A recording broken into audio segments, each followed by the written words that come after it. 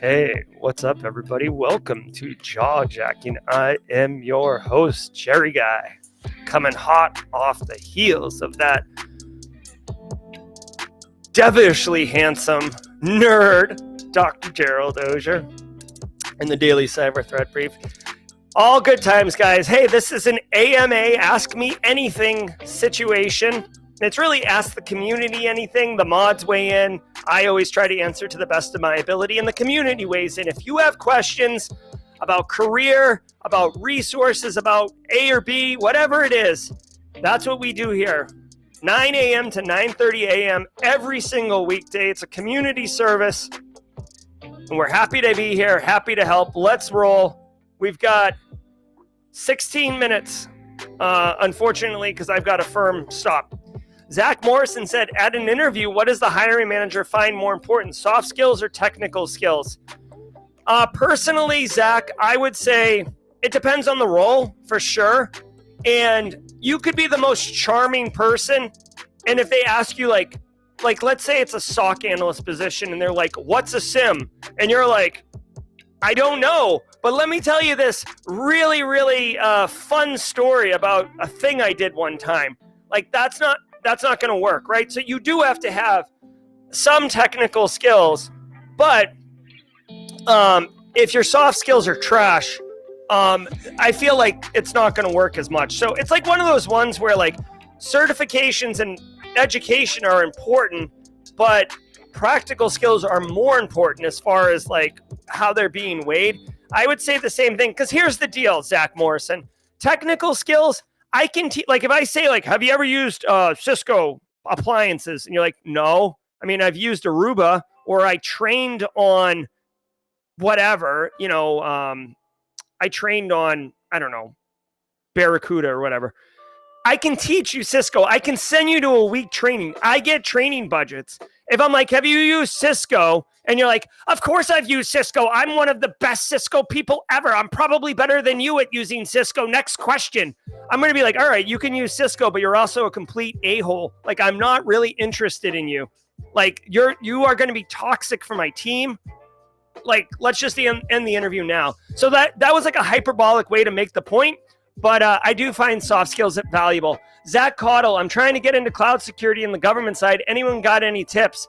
Yeah, Zach, I believe, if I'm not mistaken, Microsoft just signed a multi-billion-dollar deal with the United States government. So I would go study all the free training that Microsoft offers. Look for the SC 900, perhaps the SC 500, which is the security architect role in Azure. I would also get well-versed in FedRAMP.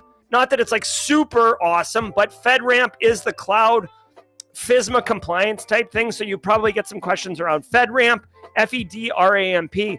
William Maris says, hi, Jerry, do you recommend doing the CompTIA training from A+ to Net+ to Sec+, or do you think people could just go to Sec+? So William Maris, what I would say is I would do the here's the deal.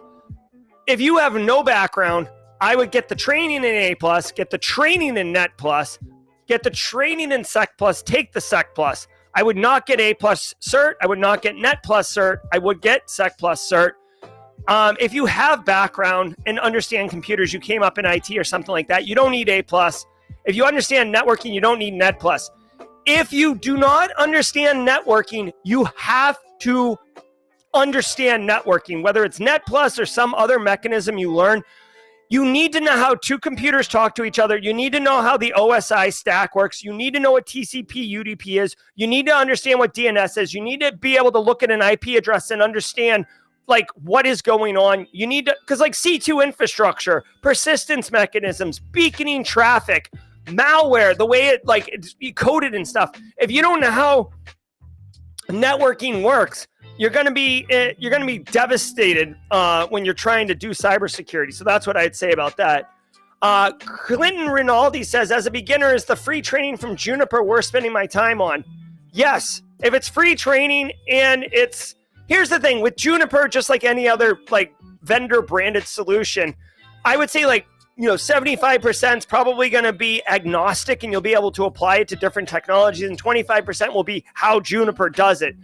I would definitely do it. If it's free training and you have no background and you need to learn networking, get on top of it. I would, Clinton Rinaldi, encourage you to get some type of like basic networking agnostic education, like the Net Plus type stuff, to understand IP addressing, IPv4, OSI stack, then jump into Juniper. Just so, because chances are you're going to be doing like routing and like, ARP tables and stuff like that. And you're going to want to understand like the fundamentals of what these things are instead of building a rickety shack on kind of a quicksand foundation. Yosef, Gerald, applying for help desk jobs, no experience. How can I get the job? What should I put on my resume? That's what I'm doing today, applying all day. Yosef, A+ certification, get the education. A+ certification, I would definitely do that. Second of all, Yosef, KevTech IT, Kevin Apollinario, KevTech IT. This guy right here, let me share this screen. It's a lightning round today, baby. I'm trying to get as many questions as I can answered. All right, so check it out. KevTech IT support. This guy right here, Yosef, he's a friend of mine. He's a friend of a lot of us in the community. Definitely a Simply Cyber community member. KevTech IT, he has so much education on specifically getting a help desk job. He is awesome. This is, if you want one resource to just go absolutely like into a room and not come out for a week and come out just like ready to kill a help desk job, this is it right here. This man, Kev Apollinario, KevTech IT support, definitely a sub to him. All right, let's keep going. I like the lightning round. Chris Rock, Jerry, you have a PhD. Did you do 2 by courseware or thesis, and what was your focus? So Chris Rock, I do have a PhD. I did, I don't know what courseware is, but so here's the deal on my PhD. And I'll drop this in here. DSU, Beetle. So I went to Dakota State University for my PhD in cyber operations. The PhD in cyber operations actually has you do, let me see if I can get this.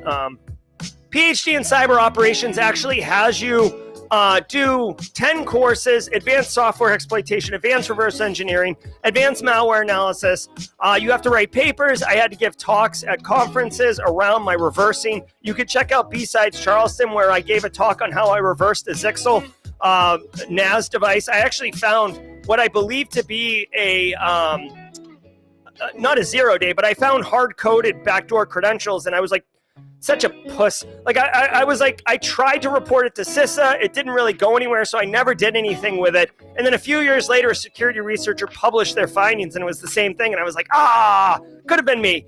Anyways, once you do that, you take a core exam, checking your ability on the education that you learned in the 10 classes. And then you do a dissertation, which is kind of like a thesis. It's probably the same thing in Australia. My thesis was a grounded theory study. I invented a brand new theory on why information security is so terrible at small healthcare businesses in the state of South Carolina. If you're interested, if anyone's interested, I know some of you have read this. This is my dissertation. It took me 18 months to write. It's a book. I'll drop a link in chat. And thanks, Chris Rock, for asking. Also,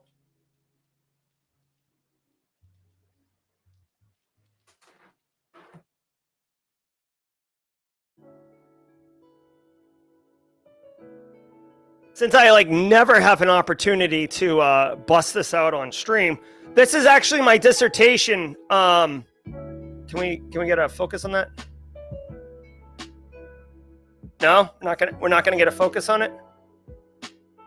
Come on. Oh well. Anyways, this is my dissertation. It's like literally it's a 6-chapter book. I mean, it's insane. And I will tell you, this is kind of if anyone's ever written a dissertation, Kathy Chambers is going to find out. It's a brutal, lonely, it's terrible. There's a reason that people don't have 2 PhDs, because it's such a hot mess. But overall, my entire dissertation, 18 months of research, resulted in this, this is my theory on why businesses suck at information security. And it's rooted in analysis and fact. Thank you for coming to my TED Talk, and thanks for asking, Chris. Taekwon Gong, how do you quantify knowledge? I mean, that's really difficult, Taekwon Gong, to answer that. How do you qualify? I mean, all I would say is if you're trying to quantify knowledge so you can have it on a resume, what you really need to do is have impact statements on your resume. That's what matters. Look at your resume, right? Look at a bullet on your resume and ask, so what, right? And that's not to demean or belittle anything that you've put on your resume or anything anyone's put on their resume, but ask the honest question, so what? Because that's what somebody reading it who's a hiring manager is thinking. When they read that bullet, they're going to be like, so what? Like, okay. You need to have an impact statement on when they say, so what? It's like, oh, like this can help my business in some way, right? Like, what is the impact? What did you do that changed it from where it was to where it is? And how is that a positive improvement or cyber risk reduction? All right, should this be Rosamond R.E.T., who's going to be our baton holder, by the way? Should this be the route from IT Help Desk to SOC 1 and 2, then to GRC? It can be, Rosamond.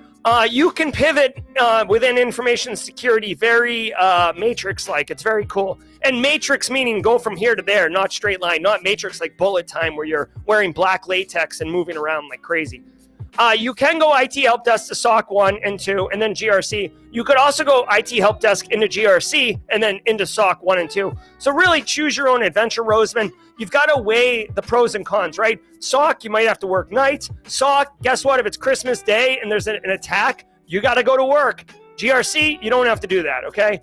Maxwell Vargas, when you think this is the right time, when do you think the right time to start applying for SOC analyst positions is if you only have experience with home labs? Right now, Maxwell Vargas. Also, I would say you should totally be networking and engaging within the community and specifically the SOC analyst people within the community, right? Talk to Tom Pike, talk to Stacy Loki, who's no longer at Expel, but talk to Jess Bishop, right? Talk to Eric Capuano, talk to Lee Macharlie. Like, you've got to engage that SOC community, okay? Talk to Brandon Poole. All right, Bridget B.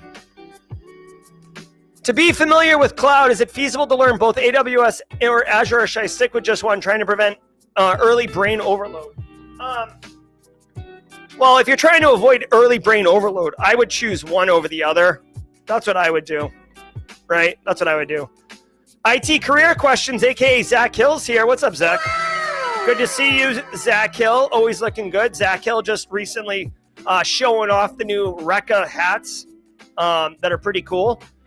All right, FedEx, holy mother, how many tabs do you have open there? Oh my God, are you kidding me? FedEx, come on. Look at this. Like, this is a light day. This is a light day right here. Come on. Call me when we get to the point where like the favicons disappear. That's where we go. I'm organized chaos, baby. Olshick says, hey, Gerald, I know basics of cybersec, but my university offers a free Google cyber search. Should I go for it? Free? Yes, sir. Yep. Yeah, totally. Olshick, listen, reinforcing the basics, learning new dimensions, like there's absolutely tons of value there. So totally do it. And if it's free, do it, man. Absolutely. IT career question, Zach Hill. I just scrolled down and saw that you say, love you long time. I also love you. I love you, Zach Hill. I love Anti-Siphon. Zach Hill and Kathy Chambers. They're like, what are they? Wonder Twins? Unite? There we go. Look at this is a live look in at Zach Hill and Kathy Chambers right here. There we go. Live look in at Kathy Chambers and Zach Hill. This is what's about to happen in Anti-Siphon training. There will be an explosion, and it will be awesomeness that comes out of that explosion.